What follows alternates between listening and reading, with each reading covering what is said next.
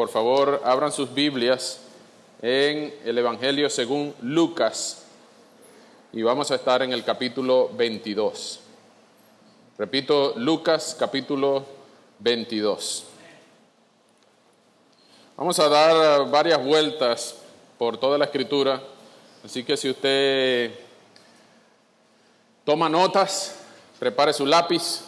Si usted marca, resalta, prepare su resaltador, pero igual todos juntos vamos a considerar hoy los aspectos más resaltantes. No nos va a dar chance para buscar todos los detalles en cuanto a la Cena del Señor.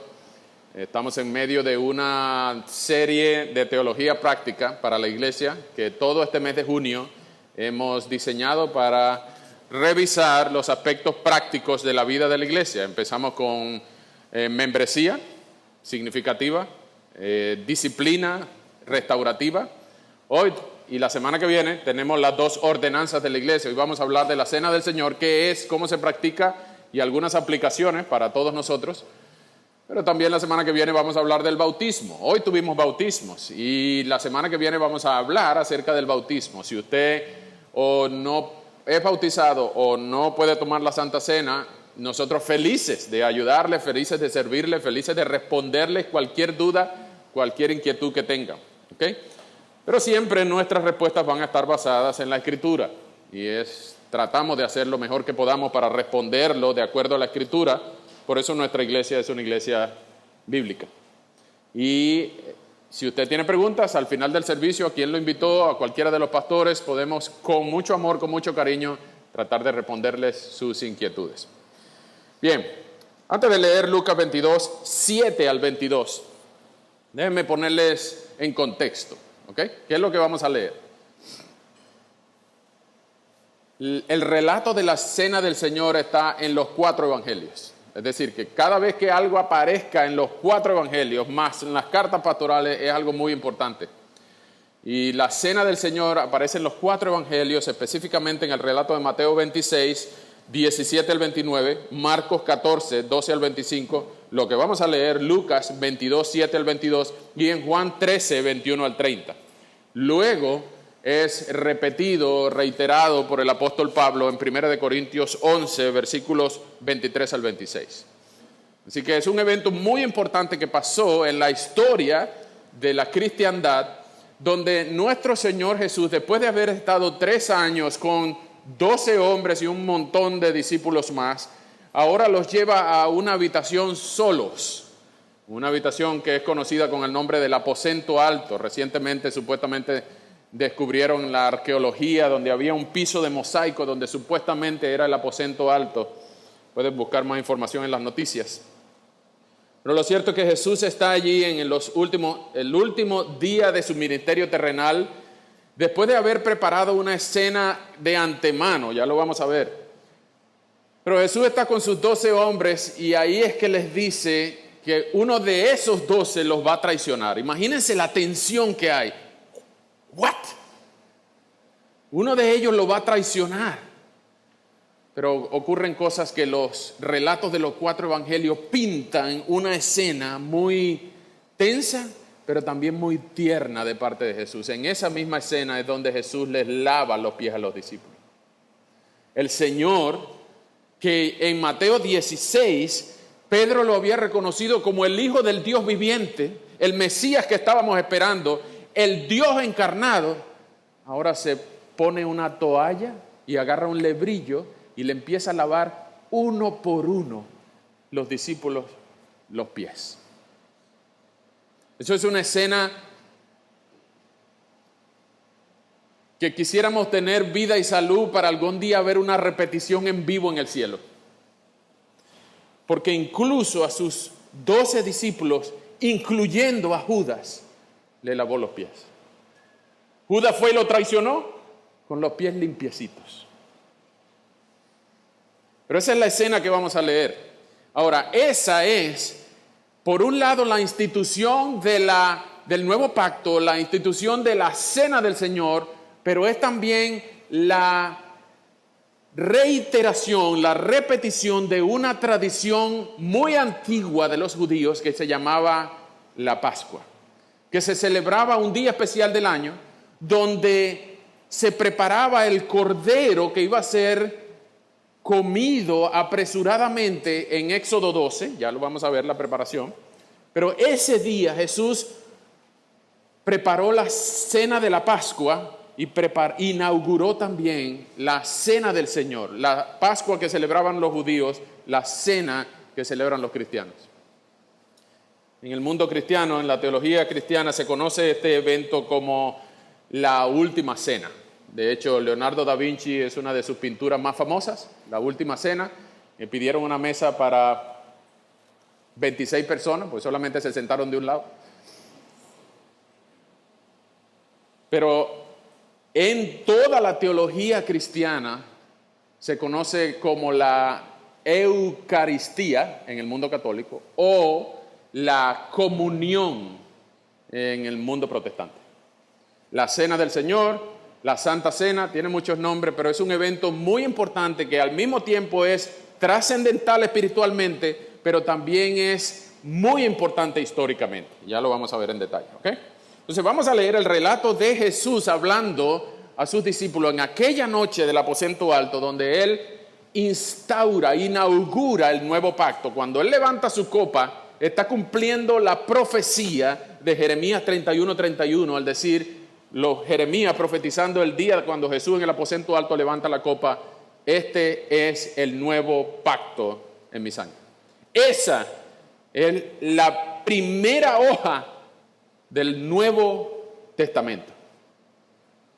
El nuevo pacto en la sangre de Jesús es la inauguración del Nuevo Testamento. En Jeremías 31:31, en los tiempos de Jeremías, se profetizó que yo crearé, instalaré, inauguraré un nuevo pacto, dice el profeta, dice Dios a través del profeta. Y esto es lo que vamos a ver, el cumplimiento de la profecía de la inauguración de un nuevo pacto que hace antiguo el pacto anterior. Por eso que llamamos el Antiguo Testamento. Y eso, así es que está construida la Biblia, en antes de Jesús, después de Jesús. Y hasta hoy. Así que vamos a leer Lucas 22, versículos 7 al 22. Dice así. Llegó el día de la fiesta de los panes sin levaduras, en que debía sacrificarse el cordero de la Pascua. Entonces Jesús envió a Pedro y a Juan, diciéndoles, vayan y preparen la Pascua para nosotros, para que la comamos. ¿Dónde deseas que la preparemos?, le preguntaron. Y él les respondió, miren, al entrar en la ciudad, les saldrá al encuentro un hombre que lleva un cántaro de agua. Síganlo a la casa donde entre y dirán al dueño de la casa, el maestro te dice, ¿dónde está la habitación en la cual pueda comer la Pascua con mis discípulos? Entonces él les mostrará un gran aposento alto, dispuesto, prepárenla allí. Y ellos fueron y encontraron todo tal como él les había dicho y prepararon la Pascua. Cuando llegó la hora, Jesús se sentó a la mesa y con él los apóstoles y les dijo, intensamente he deseado comer esta Pascua con ustedes antes de padecer, porque les digo que nunca más volveré a comerla hasta que se cumpla en el reino de Dios. Y tomando una copa, después de haber dado gracias, dijo, tomen esto y repártanlo entre ustedes, porque les digo que de ahora en adelante no beberé del fruto de la vid hasta que venga el reino de Dios. Y tomando el pan, después de haber dado gracias, lo partió y les dio diciendo, esto es mi cuerpo que por ustedes es dado. Hagan esto en memoria de mí. De la misma manera tomó la copa después de haber cenado diciendo, esta copa es el nuevo pacto en mi sangre que es derramada por ustedes. Pero vean, la mano del que me entrega está junto a mí en la mesa, porque en verdad el Hijo del Hombre va según se ha determinado, pero ay de aquel hombre por quien él es entregado. Esta es la palabra del Señor para nosotros hoy. Vamos a orar. Muchas gracias te damos, Señor, por tu palabra. Gracias por congregarnos y gracias por darnos la bendición inmensa de poder leer de parte tuya lo que tú quieres para nosotros.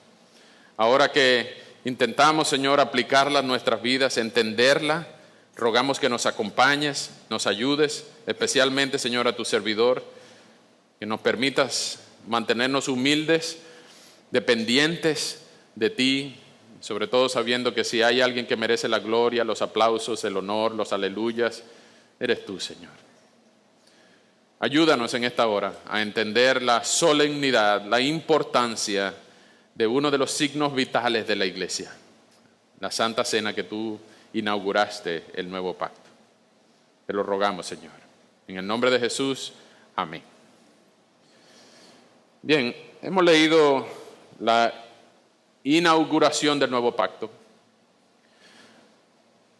Pero ahora vengan conmigo a la inauguración de la Pascua en Éxodo 12. Estamos en Lucas 22, ahora vamos a Éxodo 12.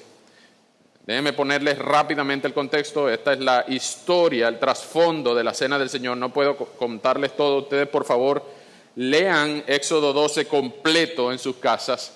Pero este es el día de la liberación de los esclavos de Israel, 400 y tantico años después de haber sido esclavos en Egipto. Ellos tienen 440 años de esclavo en Egipto. Después que José y sus 70 familiares se vinieron a vivir en Egipto, el libro de Éxodo comienza diciendo, pero en Egipto comenzó un faraón que no conocía a José y lo esclavizaron por 400 años. Más o menos lo mismo que ese tiempo que vino Cristóbal Colón por aquí. Entonces, después de 400 y tantos años, pasan las penurias de los esclavos y el pueblo clama a Dios por un libertador, por alguien que venga a liberarles. Y Dios manda a Moisés, y ustedes conocen la historia de Moisés, el bebecito que fue salvado del río, que lo crió la hija del faraón, y bla, bla, bla, y la película del príncipe de Egipto. Pero pasaron muchos tiempos, muchos eventos, 10 plagas, tragedias en Egipto, porque Dios había endurecido el corazón de Faraón. Faraón mismo había endurecido su corazón para no soltar al pueblo, para no liberarlos. Pero la noche que Dios decidió como el punto final, el ultimátum de Dios para Faraón, fue la noche en que se estableció la Pascua. Y déjenme decirle por qué la Pascua se llama Pascua. En inglés es un poco más fácil de explicar, en hebreo se llama Pesaj, en inglés se llama Passover, y es que la intención de la Pascua es que el ángel de la muerte pasó por encima de las casas de los israelitas donde estaba marcada con sangre de un cordero. Todo eso está en Éxodo 12. El ángel de la muerte pasó por encima y no mató al primogénito de esa casa, porque el ángel de la muerte pasó por encima, no se metió adentro, sino que pasó por alto. Ese es el sentido del Passover, de la Pesaj, del Pascua, de pasar por encima, de saltar a esa casa donde estaba marcada con la sangre de un cordero para no matar al primogénito. ¿Les suena familiar? Lo cierto es que en esa cena, en esa Pascua, en el versículo 15 de Éxodo 12 dice, 7 días comerán panes sin levadura, hasta el séptimo.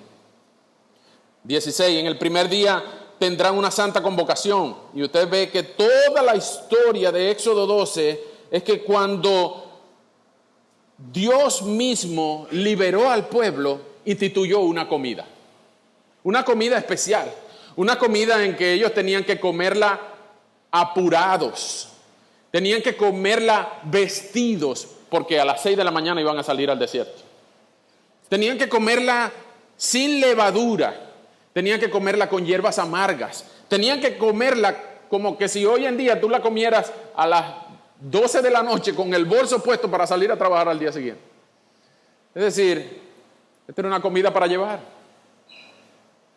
Esta era la institución de una comida, pero muy importante es que vengan conmigo por favor a Éxodo 12, en el versículo 25. El Señor instruye a su pueblo a través de Moisés para que le enseñen a los niños qué es lo que está pasando. Cuando entren a la tierra que el Señor les dará, recuerden, están saliendo de Egipto, van para el desierto. Cuando entren a la tierra que el Señor les dará, como ha prometido, guardarán este rito. Y cuando sus hijos les pregunten, ¿qué significa este rito para ustedes? Ustedes le dirán, es un sacrificio de la Pascua al Señor, el cual pasó de largo las casas de los israelitas en Egipto cuando hirió a los egipcios y libró nuestras casas. Y el pueblo se prostró y adoró. Los israelitas fueron y lo hicieron así, tal como el Señor había mandado a Moisés y Aarón, así lo hicieron. Entonces, aquella comida de la inauguración de la Pascua, la diseñó Dios para que recordaran todo el tiempo que estuvieran fuera de Egipto, que Dios fue el que los liberó. Y se establece aquello que dice el estatuto perpetuo. El deseo de Dios es que la Pascua fuera celebrada por estatuto perpetuo. Cada vez que ustedes vean a los judíos reunidos, ellos van a celebrar la Pascua una vez al año, no todos los sábados. Una vez al año, como ustedes ven en el versículo en Lucas 22:7, dice, estaba cerca el día de la fiesta de los panes sin levadura. Una de las fiestas judías es la fiesta de los panes sin levadura, mejor conocida como la Pascua. Es un evento muy importante en el calendario de los judíos. Muy bien, entonces ahora volviendo al Nuevo Testamento, Jesús dice, yo no celebraré más esta Pascua. Ahora Él inaugura con la copa un nuevo pacto en mi sangre. ¿Qué es lo que está diciendo Jesús allí? Como dice Pablo a los Corintios, Jesús se está identificando como el Cordero Pascual. El Cordero Pascual es aquel que se sacrificaba, cuya sangre era derramada para expiar los pecados del pueblo. Él, ahora, el nuevo pacto en mi sangre, Jesús está diciendo, yo soy el Cordero. Déjeme decirle que, mire, ni el Chapulín pudo haber planificado más fríamente esto. Porque Jesús murió exactamente el día en que los corderos de la Pascua tenían que ser sacrificados. Había 365 días en el año, 366 si era bisiesto, en que Jesús podía morir.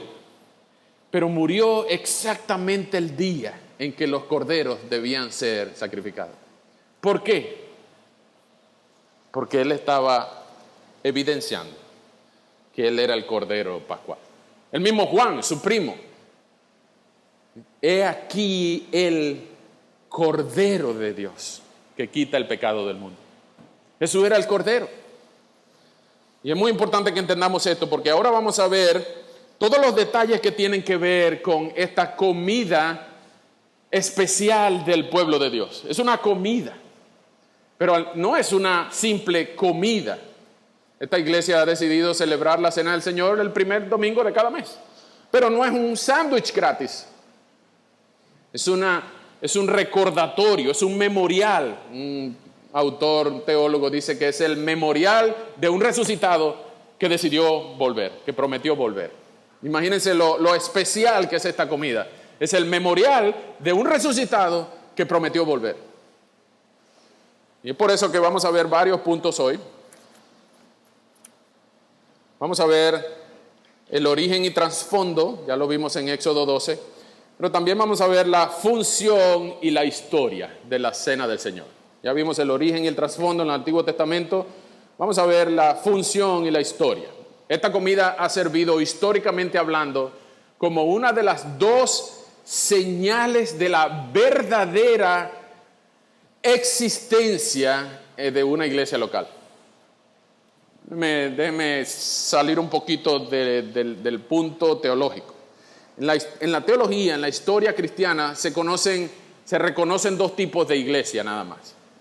La iglesia universal y la iglesia local. La iglesia universal es aquella compuesta por todos los redimidos que han existido y van a existir, todos los cristianos que viven y vivirán y han vivido, todos los vivos y los muertos. La iglesia universal es la iglesia de todos los tiempos, en todo lugar, que solo el Señor sabe quiénes están incluidos.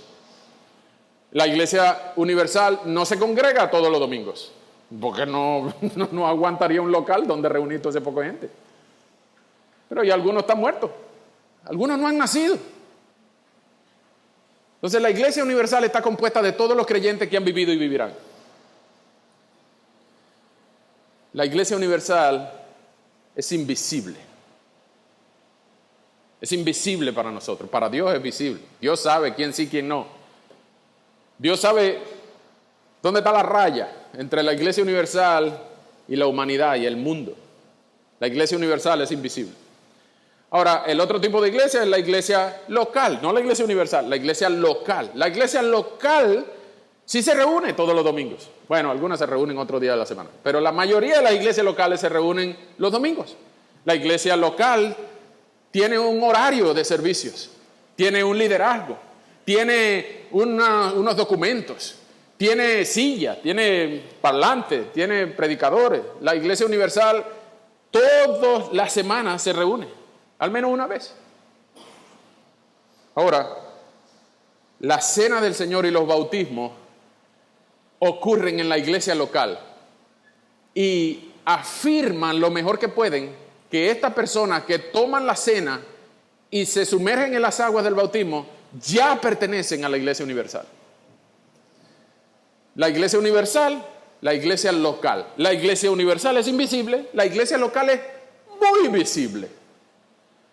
Por eso usted encuentra una iglesia aquí, una iglesia allá, una iglesia. Hay diferentes denominaciones, hay diferentes lenguajes, hay diferentes maneras, hay diferentes formas, hay diferentes tipos de iglesias locales. No me pregunte ahora mismo, después podemos hablar de eso, por qué hay denominaciones, por qué una iglesia está enfrente de la otra, por qué los edificios, por qué esta forma, por qué la falda, por qué el pantalón. Después hablamos de eso. Pero las iglesias locales se reúnen visiblemente al menos una vez a la semana.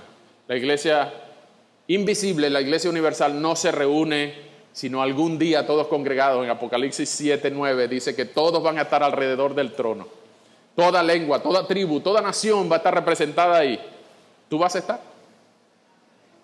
Entonces esa es el primer culto de la Iglesia Universal Unida va a ser allá alrededor del trono. Si es que no están ya, empezaron sin nosotros. Pero la iglesia local se reúne todos los domingos. ¿Ok? Ahora, el catolicismo romano defiende la idea de que ellos son la Iglesia Universal visible. Por eso tienen una cabeza, que es el Papa, y por eso la pirámide triangular del magisterio, por eso un montón de cosas más. Ahora, nosotros no creemos ser la Iglesia Universal visible. Nosotros defendemos la idea de ser una iglesia local, y creo yo que usted está de acuerdo conmigo en que somos visibles. Y nos reunimos todos los domingos. Y si usted está aquí es porque usted vino hoy a la congregación, a la reunión de esta iglesia. Ahora, para que una iglesia sea iglesia, tiene que cumplir ciertas características. No podemos llamar a cualquier grupo de cristianos una iglesia. Por ejemplo, si usted se encuentra con 10 hermanos en Walmart, ¿es una iglesia? No. Son 10 hermanos en Walmart, eso no, la iglesia de los hermanos de Walmart, no. Son 10 hermanos en Walmart. Si usted está en la universidad y usted quiere predicarle a los universitarios y 25 jóvenes se reúnen en la plaza de la universidad para cantar, para adorar, para evangelizar, ¿es una iglesia? No, es un ministerio universitario. No es la iglesia de la universidad. Y así sucesivamente. Puedo darle 20 ejemplos que no son iglesias. ¿Por qué? Porque no pueden practicar las ordenanzas, la cena del Señor y el bautismo. Solo la iglesia local tiene autoridad delegada por el Señor para practicar la cena del Señor y el bautismo. Esta es la función que en la historia de la iglesia ha tenido la cena del Señor y el bautismo. Hablando de la cena del Señor, en la cena del Señor, muchas caritas, muchos nombres, toman del mismo pan y se convierten en una sola iglesia.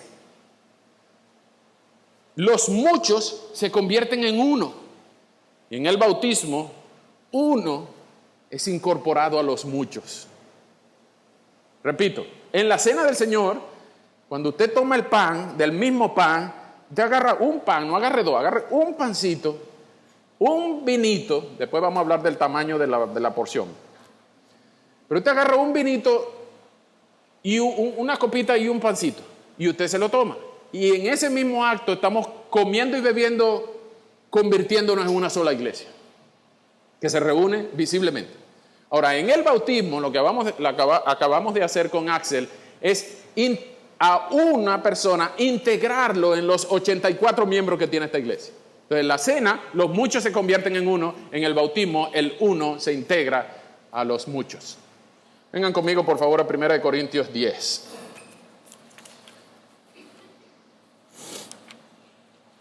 1 Corintios capítulo 10. Eso es exactamente lo que dice respecto a la cena del Señor. 1 Corintios 10, versículos 16. Bueno, podemos leer desde el 15. 1 Corintios 10, 15 al 17.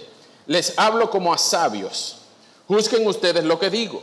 La copa de la bendición que bendecimos no es la participación en la sangre de Cristo. El pan que partimos no es la participación en el cuerpo de Cristo. Puesto que el pan es uno, nosotros que somos muchos, somos un cuerpo, porque todos los que participamos de aquel mismo pan. ¿Se dan cuenta de cómo la cena del Señor fue instaurada para convertir a los muchos en uno? ¿En un qué? En una iglesia. En otras palabras, los que toman la cena del Señor son los miembros de esa iglesia. Ya vamos a hablar un poco más de detalles. En la historia de la iglesia, el partimiento del pan, de un solo pan se hacen muchos, cada quien toma un pedacito, pero todos vienen del mismo pan para convertirse en una sola iglesia. Y esa es la función que en la historia del cristianismo ha jugado la iglesia. Cuando usted vea a alguien tomando la cena, usted puede garantizar, ese es cristiano. Ese, por lo menos, está intentando representarse, incluirse dentro del pueblo cristiano, identificarse con el cristiano. Cuando usted vean a alguien que es chupulún en el bautismo, usted puede casi garantizar, él ha decidido ser cristiano. Los musulmanes entienden, cuando mandan a sus hijos de cualquier país musulmán para Estados Unidos o para cualquier otro país, le dicen, mira, visita toda la iglesia que tú quieras, pero no te bautices. ¿Por qué? Porque ellos, los musulmanes, entienden que el bautismo es un compromiso con una iglesia local, con el Señor, con Cristo y con otros muchos. Tú puedes visitar toda la iglesia que tú quieras, pero no te bautices, dicen los musulmanes. ¿Por qué? Porque ellos entienden que hay compromiso de vida, hay compromiso de entrega. Esa es la función que en la historia de la iglesia es la cena del Señor. Ahora vamos con los detalles. Punto número 3, detalles, elementos y formas. Ustedes vean que en el Antiguo Testamento, en Éxodo 12, se les dijo al pueblo de Israel que no usaran levadura, toda la levadura, 6 días sin levadura, una semana sin levadura. Y las mujeres diciendo, oye, ¿y ahora cómo vamos a hacer? El pan no alcanza mucho si no le ponen levadura. Pero la levadura en la Biblia es representada con el pecado. Entonces, cuando el Señor instruye, no le pongan levadura, es que no contaminen la masa. Y después vamos a hablar de más detalles. Ahora, hay detalles en la historia de la iglesia. Ustedes tienen que saber que el cisma de Occidente ocurrió en el 1024, específicamente en el año 1024, en el mes de julio, ocurrió una división irreconciliable entre la iglesia de Oriente y la iglesia de Occidente. En otras palabras, lo que hoy es el Vaticano y la iglesia de Constantinopla, lo que ahora es la iglesia ortodoxa rusa. En el año 1024, hasta el año 1024, todos se consideraban una sola iglesia. Pero en el año 1024, los patriarcas de Oriente con el arzobispo de Roma se pusieron bravos y se separaron. ¿Ustedes saben por qué? Bueno, fue la gota que derramó el vaso, por la presencia de la levadura en el pan de la comunión. Un detalle tan insignificante como eso, ellos lo consideraron muy grave. Esas son formas. Hay una práctica que se hace en la iglesia episcopal, que es la inticción. Que es la inticción, cuando a ti te dan el pan, te dan el vino y te dicen, pues ahora mójelo. Y como cuando uno usa el pan con el café, mójelo. Pero en la Biblia no se nos ordena mojar el pan, más bien nos dicen tomen el pan y después tomen la copa. Entonces dejen la mojadera del pan. Hay otras formas, que tiene que ser con pan leudado, que no tiene que ser con pan leudado, que tiene que ser una copa grande para todo el mundo. ¿Cuántas hermanas estarían de acuerdo que pasen la copa así? La mayoría dice, bueno, si hay que hacerlo así, yo soy la primera. Algunos dicen que tiene que ser un pan grande que lo partan en pedacitos. Algunos dicen que tienen que ser toda la semana. Algunos dicen que tiene que ser una vez al mes, 3 veces al mes, al año, 2 veces al año. O sea, hay mucha libertad para las formas y los elementos. Lo que no hay es libertinaje para decir, ¿qué tal si lo hacemos con Coca-Cola y bagel? No invente. No invente. Esto es una cosa solemne. ¿Ok? No invente. ¿Qué tal si le hacemos la célula? No, esto es para la iglesia, no es para la célula. ¿Qué tal si yo lo hago para mi casa, mis hijos? Esto es para la iglesia. Entonces no inventen. El Señor estableció los fondos, no las formas, pero no tenemos permiso para abusar de ella. Entonces esos son los detalles, las formas, pero siempre está presente el elemento del pan y el vino. Algunos dicen que no pongamos vino porque la gente le recuerda cuando era borracho. Pero también debería recordarte que tú has sido perdonado y liberado de eso. No te antojes de que sea sin alcohol. El Señor bebió alcohol, brindó alcohol, multiplicó el vino. Y no me vengan con el cuento de que no, ese vino no tenía alcohol. Nosotros no somos los primeros que inventamos el vino. Pero mucha gente ha abusado de esto. Así que han convertido la cena del Señor en algo bien banal, bien trivial. De hecho, en la Iglesia Católica Romana se practica de una manera diferente. Cada parroquia tiene diferencias en sus prácticas, pero usan una cosa que llaman hostia, que la preparan las monjas. Y hay preparaciones, ahí hay toda una liturgia, toda una preparación cuando el sacerdote, el cura, parte la hostia grande y él pronuncia las palabras Corpus Christi, este es el cuerpo de Cristo. Él es el único que toma vino. Antes pasaban los vinos cuando no eran 7 sacramentos, sino eran 12 sacramentos, pasaban la copa entre todos, pero cuando se descubrieron los gérmenes dejaron de pasar la copa. Y hay ciertas variaciones de aquí y de allá, pero siempre es el cura que administra la hostia, diciendo Corpus Christi. Pero entre nosotros creemos que, y estas son 2 palabras bien complicadas que usted la puede buscar después en el diccionario. En la historia de la iglesia, a partir del siglo VI, se creó una controversia pero muy candente entre las doctrinas de la consustanciación, la transustanciación y la presencia corporal y espiritual de Cristo.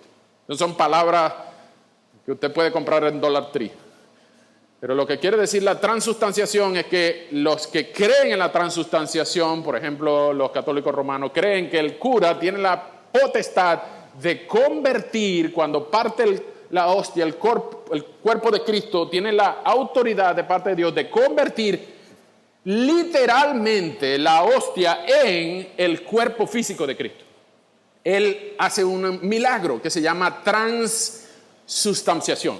Le cambia la sustancia a la hostia y ahora es literalmente el cuerpo de Cristo.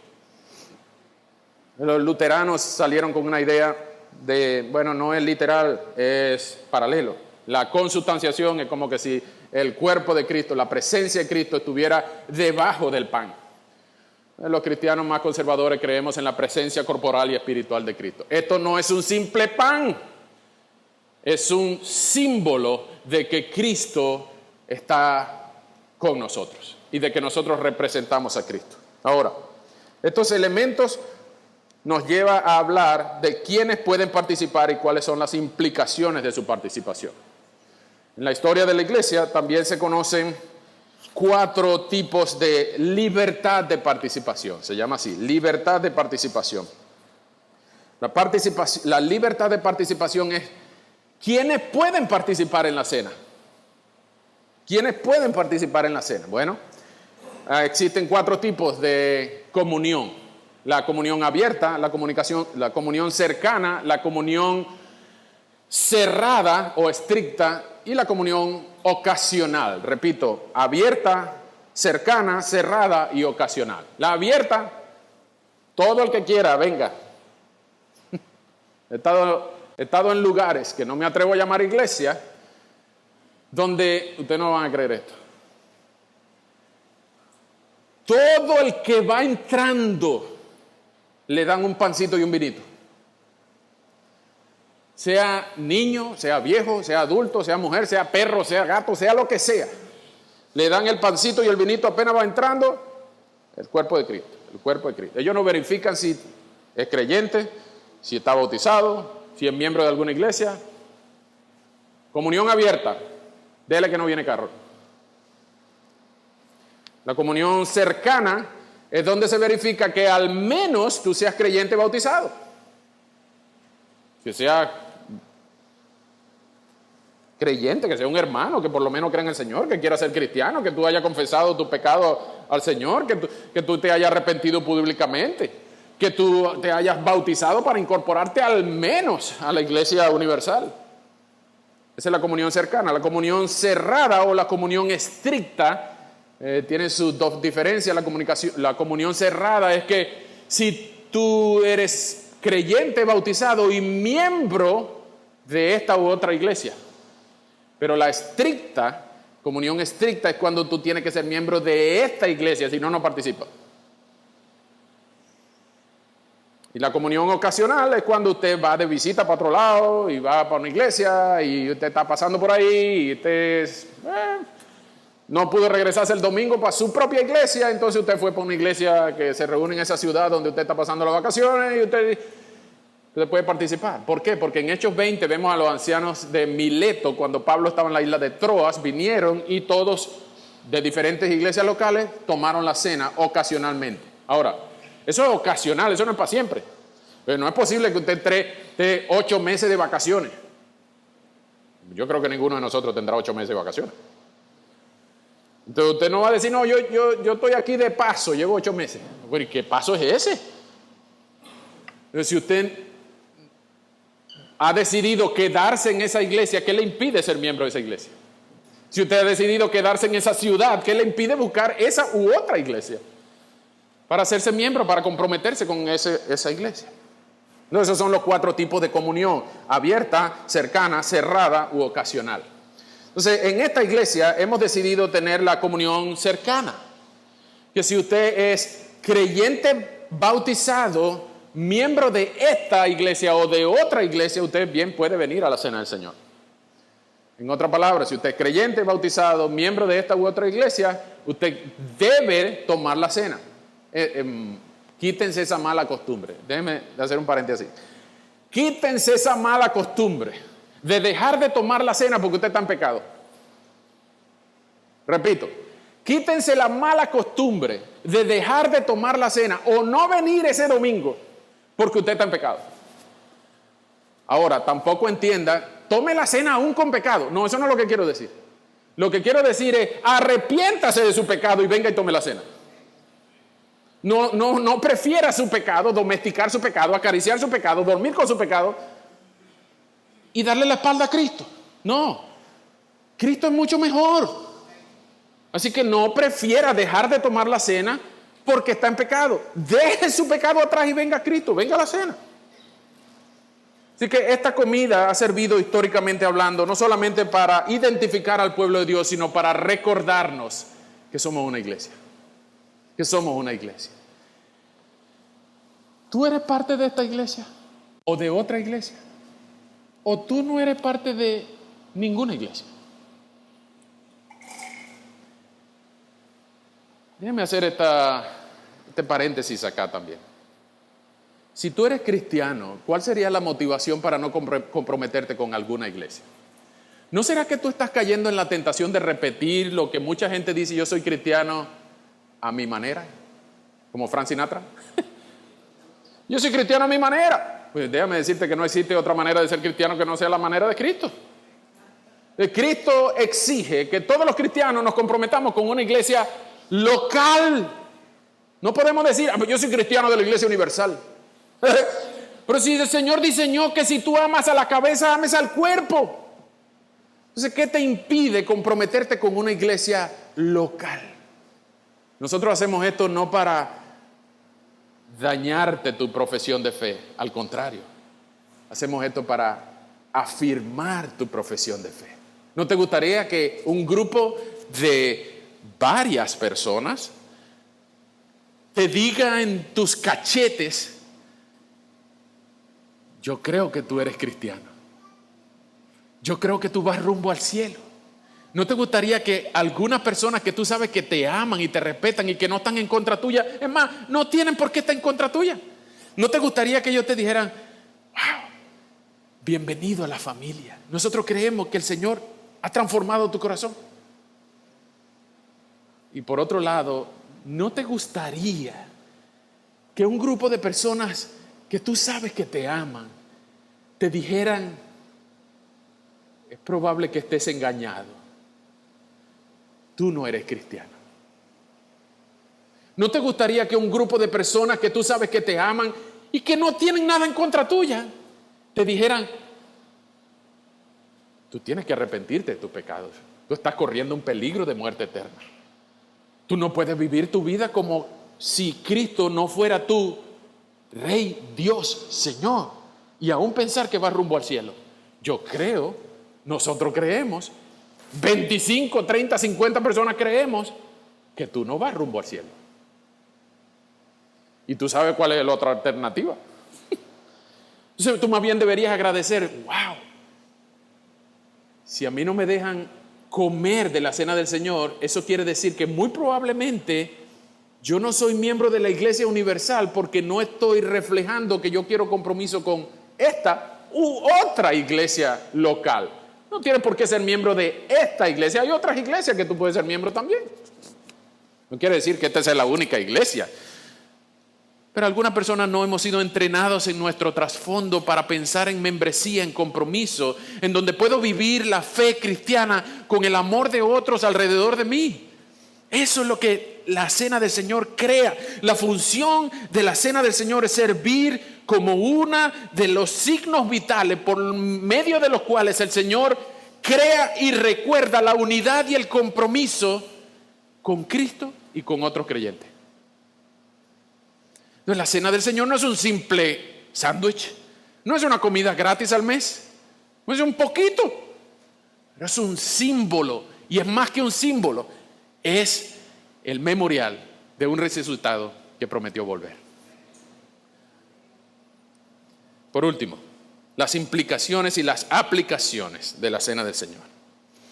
Si tú participas, eso significa que otros están afirmando tu profesión de fe. Otros creen que tú vas rumbo al cielo. Otros están afirmando tu profesión de fe. Otros pueden dar fe de que tú eres un hijo regenerado de Dios.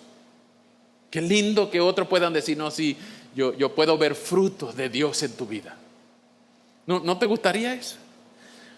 ¿O tú eres de los que dicen: yo soy cristiano, pero no se metan en mi vida? ¿Conocen de eso?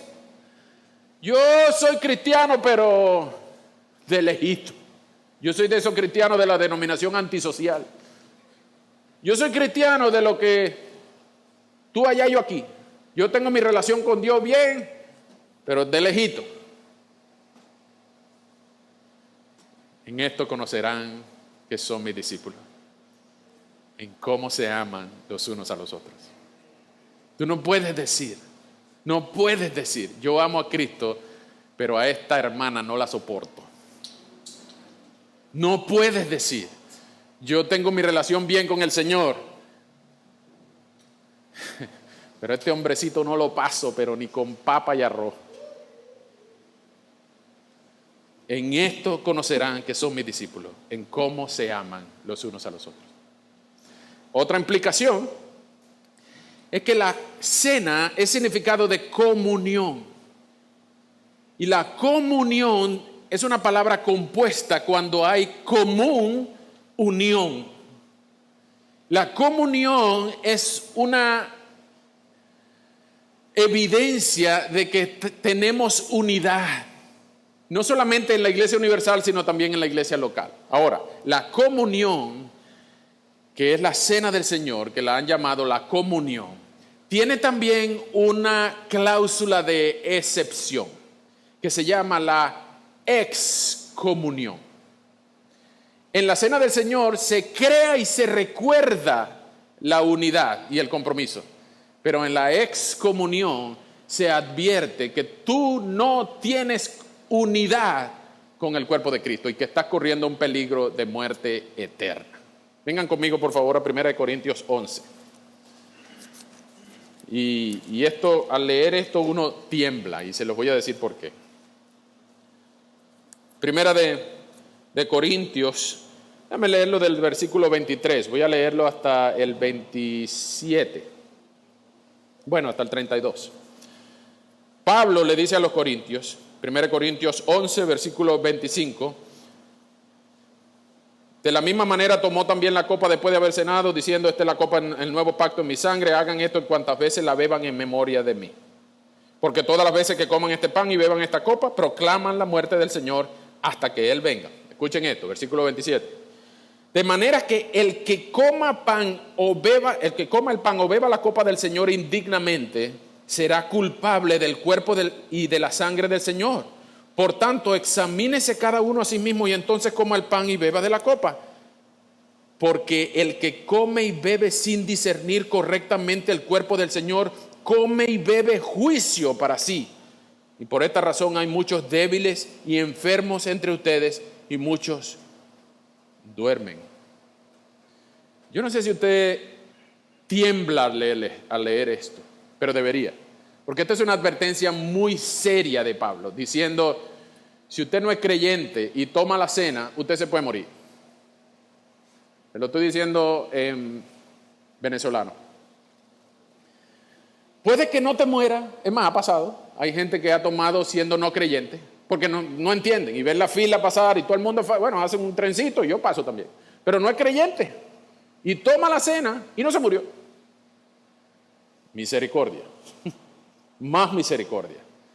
Pero puede que pase, porque los corintios estaban haciendo un desastre. Usted lee el contexto antes de comenzar el capítulo y luego antes de finalizar el capítulo, usted ve que ellos estaban comiendo en su casa, estaban viniendo a la iglesia para comer allí, porque era una comida, y se emborrachaban. Entonces abusaban de la cena del Señor. Lo que Pablo está diciendo, cuidado, que usted coma y beba indignamente. ¿Qué significa indignamente? No es que usted se revisa ahí una cosa mental, a ver si usted está bien, una radiografía del corazón, un ecosonograma, un ecocardiograma, para ver si estamos bien con el Señor. Ojalá que cada vez que nosotros hagamos ese ecocardiograma espiritual encontremos que no somos dignos, que estamos mal. Por eso venimos a la cena, por los méritos de Cristo, y no porque yo me encontré bien mi ecocardiograma. Pero Pablo dice que comer indignamente es sin discernir el cuerpo y la sangre del Señor. ¿Qué significa eso? Que usted está haciendo una práctica trivial, banal, comer por comer, no me importa. Y eso es lo que tenemos que tener cuidado. Y esta iglesia ha decidido ponerle cuidado a lo que practicamos. ¿Por qué? Para ser de bendición, para la afirmación de la fe de los creyentes, pero también para ser de advertencia a la falta de fe de algunos incrédulos, que pueden estar engañados y piensan que son cristianos y van para el cielo. Así que nosotros queremos animar a los creyentes y advertir a los incrédulos, exigiendo que usted sea creyente, que sea bautizado y que sea miembro de esta u otra iglesia para participar de la cena del Señor. ¿Por qué lo hacemos así? Es una decisión de la iglesia y creemos que hay más sabiduría para que nadie se nos muera aquí en el servicio si toman la cena indignamente. Por último, hermano, aplicaciones. ¿Qué pasaría? Y esto es caballeros presentes, permítanme hablar con sus esposas un minuto.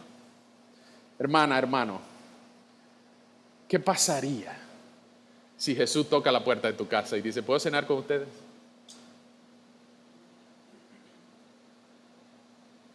Imagínate la escena, tú abres la puerta y ves a un tipo que no es como el que te pintó Hollywood, sino de alguna manera tú llegas a conversarte, es el Señor, está tocando la puerta, y ves por el huequito, es el Señor. Y tú inmediatamente dices, hermana, ¿qué le pones? ¿Cómo te vistes? ¿Qué lugar le das en la casa, en la mesa? Inmediatamente tú buscas el mejor mantel que tenías guardado allá para una ocasión especial y nunca lo has usado, la vajilla aquella que nunca has usado. Y cocinas algo rápido. Y busca la mejor sillita que haya, aunque tenga grietas, aunque esté rota, aunque tenga un hueco. La mejor sillita que tú tengas y la mesa más bonita que tú puedas poner, aquellas flores que no sé de dónde sacaste, pero tú tratas al Señor impresionante bien porque Él llegó a tu casa y quiere cenar contigo. Yo estoy seguro que las damas presentes tienen la casa como una tacita de oro. Y uno va para su casa y dice, ay, perdonen el desastre. Y uno no está pendiente de eso. Uno no va a salir ahí diciendo, ¿viste lo sucio que estaban los platos? ¿Viste el piso cómo estaba? ¿Viste el pegote que había en la mesa? Uno no está pendiente de eso. Uno quiere pasar tiempo con ustedes. Caballeros que están aquí, ¿qué pasaría si Jesús viene a cenar a tu casa?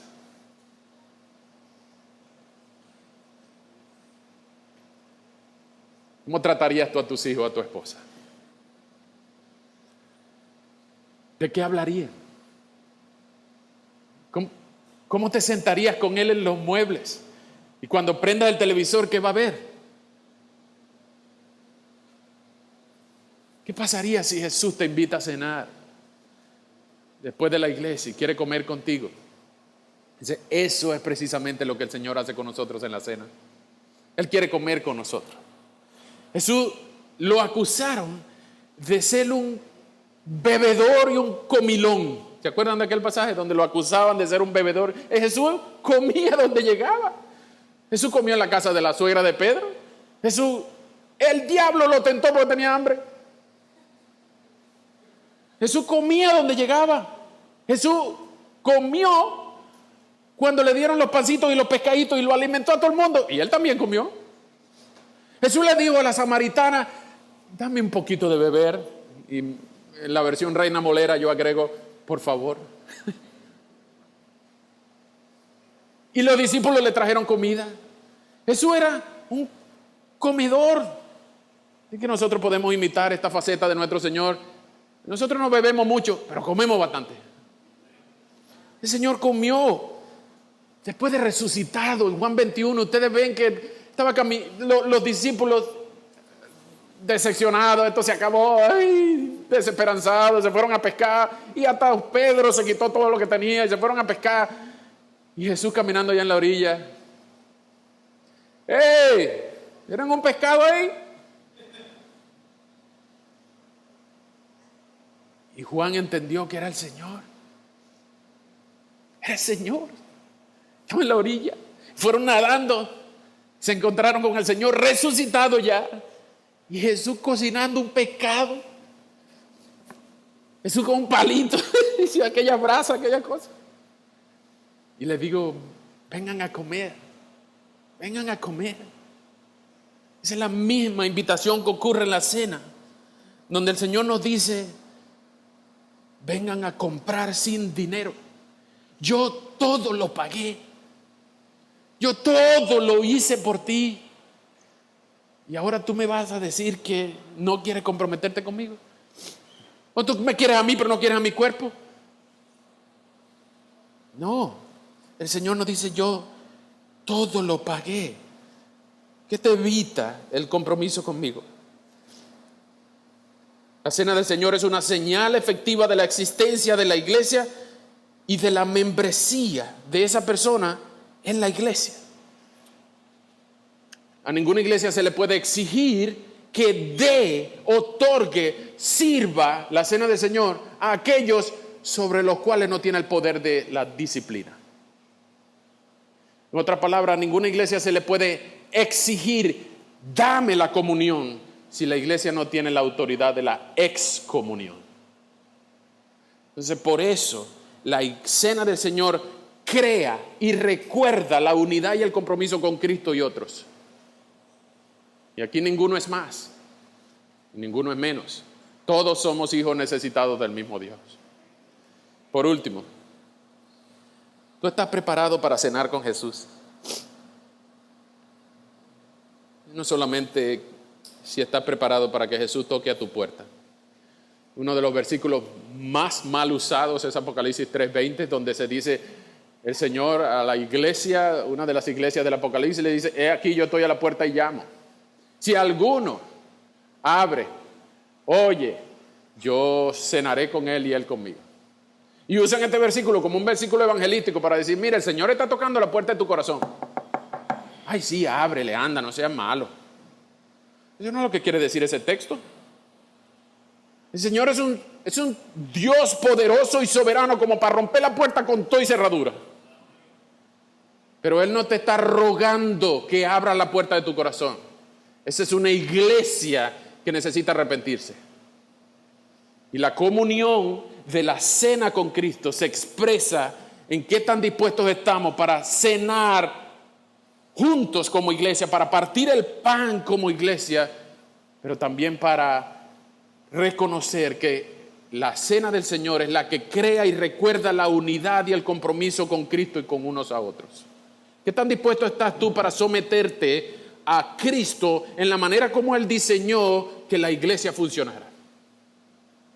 ¿Tú quieres ser miembro de esta u otra iglesia? Nosotros felices de ayudarte, felices de responderte todas tus preguntas, felices de incorporarte a la iglesia local si ya eres miembro de la iglesia universal.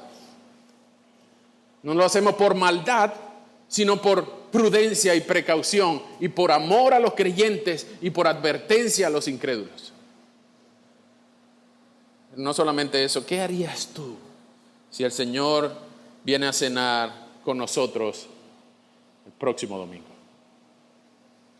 No solamente en tu casa, ¿qué le servirías? En aquel platico roto, en aquella mesita arañada, en aquella silla doblada. Esa es tu casa, esa es la comunión de tu casa. Pero ¿qué harías tú? ¿Dónde te sentarías si el Señor se sienta aquí con nosotros el próximo domingo? Y te dice desde aquí, vengan todos a la mesa, vengan todos los creyentes a la mesa. Y Él no va a decir, vengan todos los creyentes que han vivido y vivirán, todos los creyentes de Washington, D.C., todos los creyentes del mundo, no, es los que congregados ahí en su nombre. Vengan todos los creyentes. Y le va a preguntar, si tú eres creyente, ¿por qué no te quieres comprometer con esta mi iglesia? No quieres esta iglesia, porque esta iglesia no es perfecta. Pues está bien, tú no estás obligado. Pero busca otra iglesia y comprométete con esa otra iglesia. Ofrenda allí todo lo que puedas, cuanto puedas, como puedas, alegre, sacrificial y proporcionalmente. Asiste todos los domingos, asiste a las reuniones, ayuda, sirve, pregúntale a alguien, ¿para qué soy bueno? Pero también representa a esa iglesia donde a ti te pongan, tú puedes decir felizmente, yo soy miembro de la iglesia tal.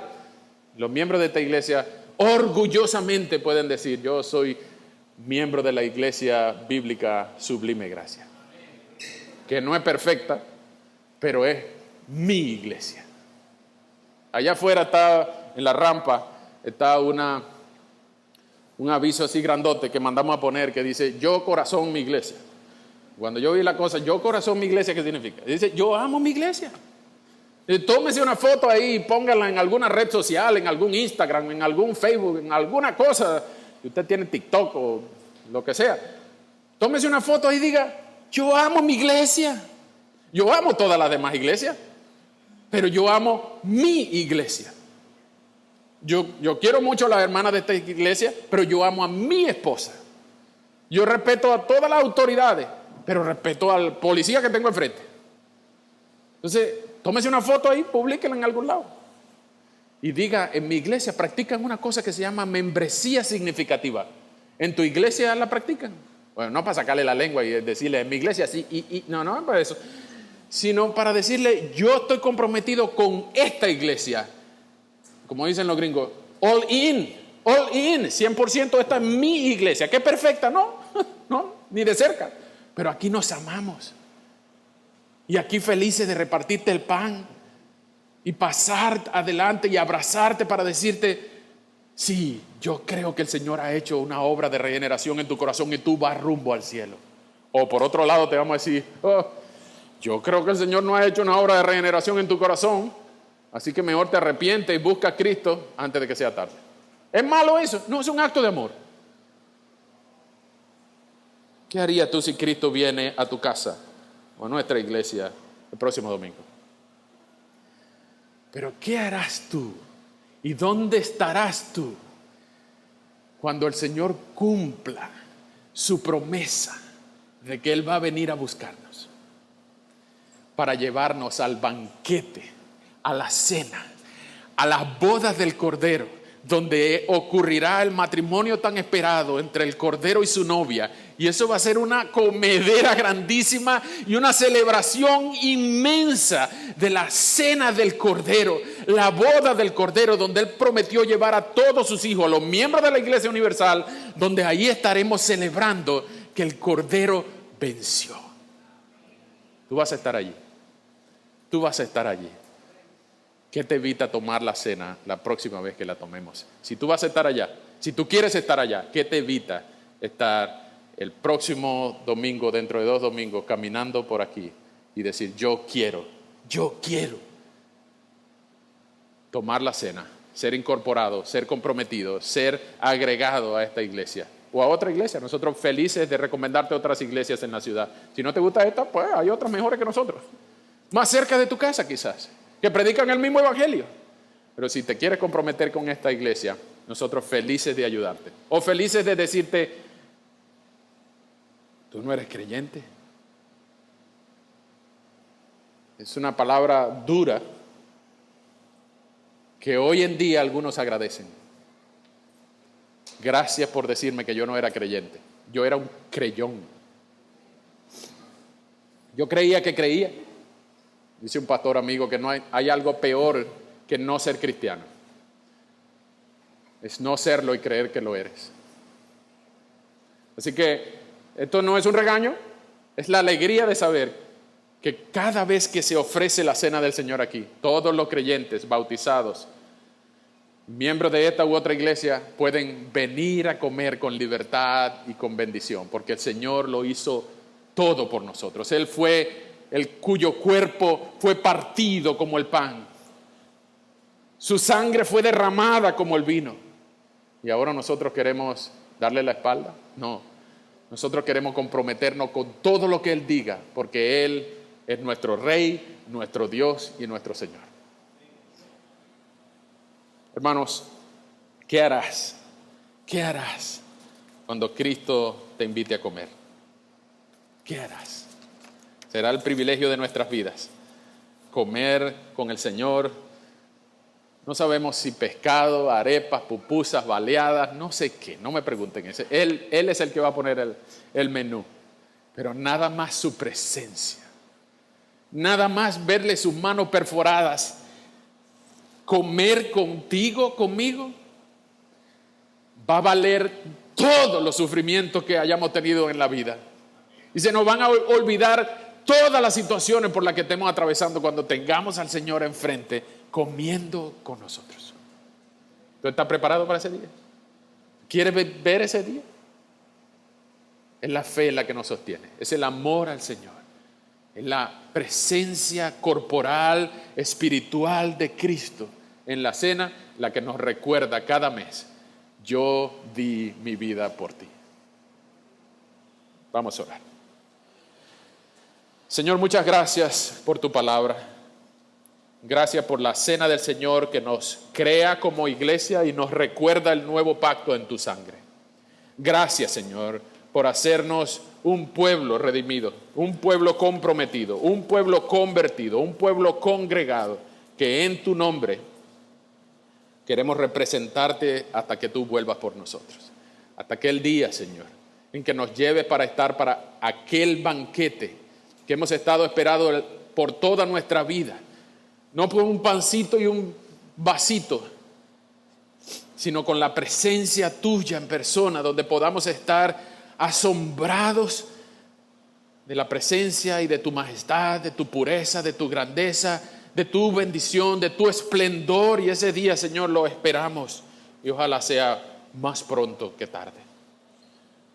Pero Señor, si hay alguien aquí que aún no ha reconocido tu señorío en su vida, que se empeña en vivir su vida cristiana como mejor le parezca, o incluso si hay alguien aquí, Señor, que prefiere el pecado que a ti, ayúdalo a entender, Señor, que cualquiera de nosotros que le advierta del mal camino no lo odia, sino que lo ama tanto como para advertirle del peligro de muerte eterna que está corriendo.